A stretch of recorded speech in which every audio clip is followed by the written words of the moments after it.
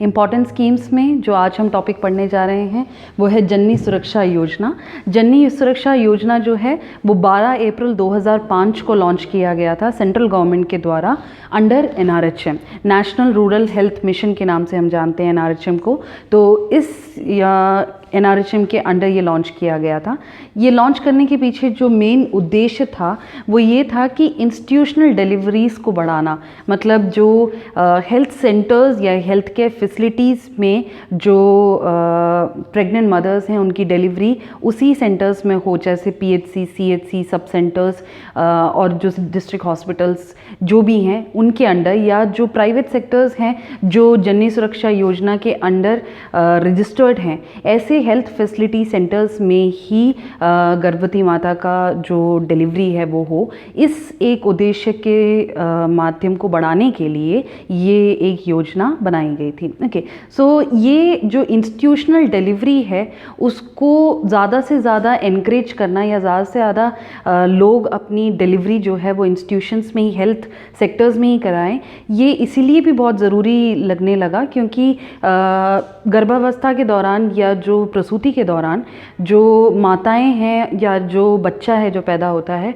उसकी, उनको होने वाली जो बीमारियां हैं या उनकी जो मृत्यु दर है उसको कम करने के लिए ये एक जो इंस्टीट्यूशनल डिलीवरीज है उनको एनकरेज किया गया। ओके, सो यहाँ पे जो मेन फोकस था वो किन्हें लिया गया था, वो आशा वर्कर्स के ऊपर था। एक्रेडिटेड सोशल हेल्थ एक्टिविस्ट जो है उन्हें हम आशा कहते हैं।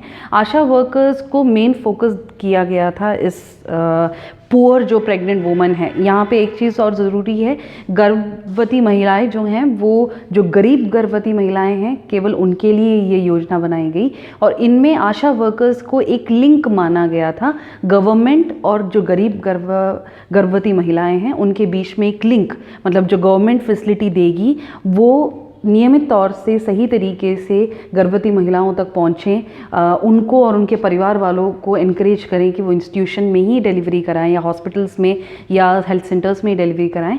इन सब उद्देश्य के साथ आशा वर्कर्स को इनका एक लिंक माना गया। ओके, यहाँ पे जो इस योजना के तहत जितने भी प्रदेश हैं भारत में उनको दो तरीके से बांटा गया, एक लो परफॉर्मिंग स्टेट्स और एक high performing states. Performing states का मतलब यहाँ पे ये माना गया है कि जिन राज्यों में इंस्टीट्यूशनल डिलीवरीज बहुत कम देखी गई हैं या जिन राज्यों में हम देखते हैं कि घरों में ही डिलीवरीज हो रही हैं, वो हेल्थ केयर सेंटर्स पे नहीं जाते हैं, तो ऐसे प्रदेशों को लो परफॉर्मिंग स्टेट्स माना गया। उनमें कुछ 10 प्रदेश जुड़े गए और बाकी जितने भी प्रदेश थे वो सब किस में माने गए थे, हाई परफॉर्मिंग स्टेट्स में। ओके, सो लो परफॉर्मिंग स्टेट्स में हम देखेंगे कि कुछ राज्य हैं जैसे उत्तर प्रदेश, उत्तराखंड, मध्य प्रदेश, छत्तीसगढ़, बिहार, झारखंड, राजस्थान, उड़ीसा, इसके अलावा आसाम और जम्मू एंड कश्मीर। ओके, इनके अलावा जितने भी स्टेट्स थे वो सब हाई परफॉर्मिंग स्टेट्स में माने गए।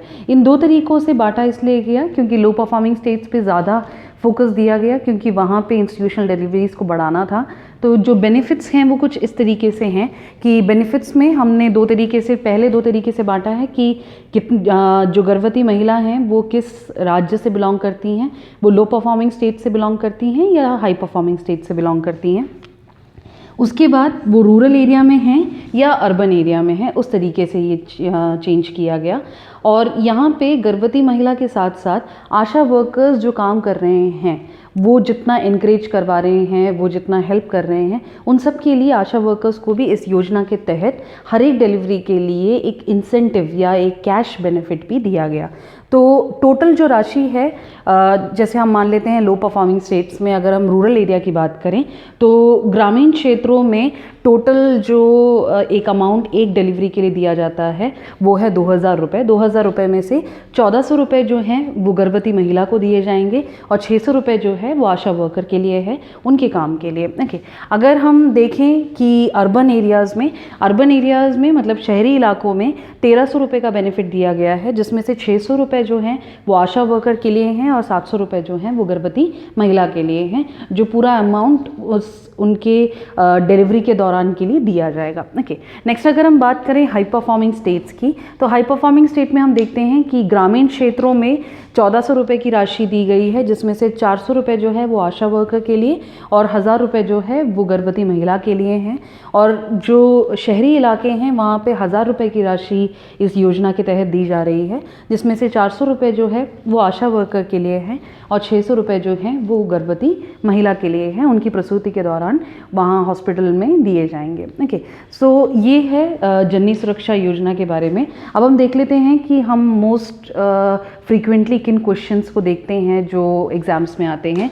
पहली चीज़ कि इसका लॉन्च डेट क्या है, ये किस मिशन के तहत या किसके अंडर आता है, ये NRHM के अंडर आते हैं। इनका जो मेन ऑब्जेक्टिव है वो प्रमोट करना है इंस्टीट्यूशनल डिलीवरी को। जो गरीब गर्भवती महिलाएं हैं उनको फोकस करके इंस्टीट्यूशनल डिलीवरीज़ को प्रमोट करना जो है वो इसका मेन उद्देश्य था, ताकि मैटरनल और नियोनेटल जो डेथ है, मतलब जो महिलाओं का, माताओं का और जो शिशुओं का जो मृत्यु दर है उसको कम किया जा सके।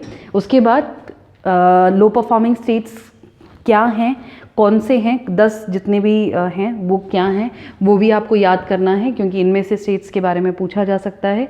और बेनिफिट्स में आपको ये राशि याद रखनी है कि लो परफॉर्मिंग स्टेट में जो ग्रामीण क्षेत्र है वहाँ पे कितना अमाउंट मिलता है, उस अमाउंट में से कितना आशा वर्कर के लिए है और कितना गर्भवती महिला के लिए है। उसी तरीके से शहरी इलाकों में कैसा है, और यही सेम ग्रामीण और शहरी इलाकों में अगर हाई परफॉर्मिंग स्टेट्स में है तो उनमें कितनी राशि मिलती है। ये आपको जो वैल्यूज़ हैं वो याद रखने पड़ेंगे, ये ऑब्जेक्टिव क्वेश्चंस में आ सकते हैं। ओके, सो आई होप कि आपको ये टॉपिक समझ में आया होगा।